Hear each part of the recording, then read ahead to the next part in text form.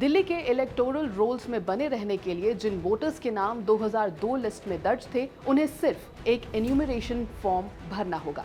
ये घोषणा election commission ने की है क्योंकि अब राजधानी में स्पेशल इंटेंसिव रिवीजन शुरू होने जा रही है। बाकी लोगों के लिए प्रक्रिया बिहार जैसी हो सकती है, जहां वोटर्स को पेरेंट्स नेम पुराने लिस्ट पर या आईडी और रेजिडेंस प्रूफ्स दिखाने पड़े थे। सुप्रीम कोर्ट के हस्तक्षेप के बाद बिहार में आधार को प्रूफ ऑफ आइडेंटिटी के तौर पर स्वीकार किया गया था। बिहार एसआईआर पर फाइनल हियरिंग अक्टूबर के पहले हफ्ते में होगी और कोर्ट ने कहा है कि इसका असर पूरे देश पर पड़ेगा। दिल्ली में इस साल पहले ही एक स्पेशल समरी रिवीजन हुई थी। इसमें 1,55,00,000 रजिस्टर्ड वोटर्स सामने आए थे। नई एसआईआर पूरी लिस्ट की रीचेक और रीमेकिंग होगी। दिल्ली सीईओ ने लोगों से अपील की है कि वो 2002 वोटर लिस्ट में अपना या अपने माता पिता का नाम वेरीफाई कर लें। इससे बूथ लेवल ऑफिसर्स यानी बीएलओज को घर घर जाकर फॉर्म्स और डॉक्यूमेंट्स कलेक्ट करने में आसानी होगी।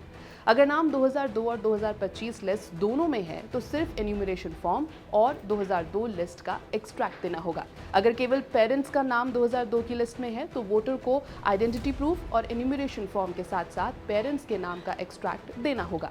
अगर फैमिली लिंक 2002 लिस्ट में नहीं है तो एडिशनल प्रूफ्स देने होंगे, जैसा कि बिहार में हुआ। दिल्ली सीईओ की वेबसाइट पर अब 2 तरह के टैब्स हैं। एक 2002 वोटर लिस्ट, जिसे वोटर कार्ड नंबर या अन्य डिटेल से सर्च किया जा सकता है। दूसरा एसआईआर टैब, जिसमें करंट कॉन्स्टिट्यूएंसीज को 2002 की कॉन्स्टिट्यूएंसीज से मैप किया गया है क्योंकि बाउंड्रीज बाद में बदली गई थी। BLOs, district election officers, electoral registration officers और उनके असिस्टेंट्स को ट्रेनिंग भी दी जा चुकी है। ईसी ने कहा कि एसआईआर का मकसद इलेक्टोरल रोल्स की इंटीग्रिटी सेफगार्ड करना है ताकि सिर्फ एलिजिबल सिटीजन्स ही शामिल हों। इसी तरह की तैयारियां देश भर में चल रही हैं, जैसे पश्चिम बंगाल जहां अगले साल चुनाव है और बिहार जहां अगले महीने चुनाव है। बिहार में एसआईआर विवादों में घिरी क्योंकि आधार और राशन कार्ड को पहले एक्सक्लूड कर दिया गया था।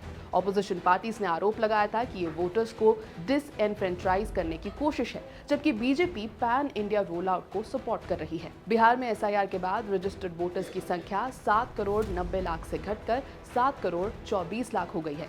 हालांकि ऑब्जेक्शंस बने हुए हैं। ईसी की योजना है कि 2025 के अंत तक नेशन वाइड रिवीजन हो जाए, लेकिन अभी ये तय नहीं हुआ है कि ये एक साथ होगी या कुछ फेजेस में।